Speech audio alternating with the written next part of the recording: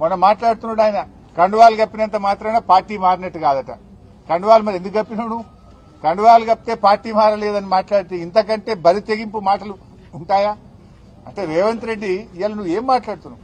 వాళ్లే మేము పార్టీ మారినాము కండువా కప్పుకున్నామని వాళ్ళ ట్విట్టర్లో వాళ్లే పెట్టి మీ పీసీసీ అధ్యక్షుడే 10 మంది కాంగ్రెస్ పార్టీలో చేర్చుకున్నా అని మహేష్ కుమార్ గౌడే చెప్పబట్టే గాంధీ భవన్ లో మీటింగ్ జరిగితే మీ ఇన్ఛార్జ్ నేతృత్వంలో పార్టీ మారిన ఎమ్మెల్యేలు గాంధీ భవన్ లో వచ్చి మీటింగ్ లో పాల్గొండ్రి. పార్టీ మారిన ఎమ్మెల్యేలు Congress legislature party meeting CLP meeting కు కూడా వాళ్ళు హాజరయ్యి నువ్వు వాళ్ళని తీసుకుపోయి ఢిల్లీలో ఏఐసీసీ కార్యాలయంలో రాహుల్ గాంధీకి కూడా కల్పిస్తవి.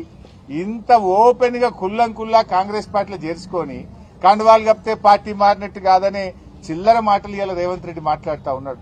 ఆ కుర్చీ గౌరవాన్ని పరువు తీసే విధంగా ఈ రోజు రేవంత్ రెడ్డి గారు మాట్లాడుతూ ఉన్నారు.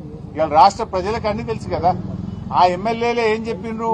మేము అభివృద్ది కోసం పార్టీ మారినాము, డెవలప్మెంట్ వర్క్ల కోసం పార్టీ మారినామని వాళ్ళ నియోజకవర్గాల్లో కార్యకర్తల మీటింగ్ లో ఓపెన్ గా వాళ్లే చెప్తా ఉంటే ఇంకా ఈ బరితెంగింపేంది, ఇంకా ఈ చిల్లర చేష్టలేంది?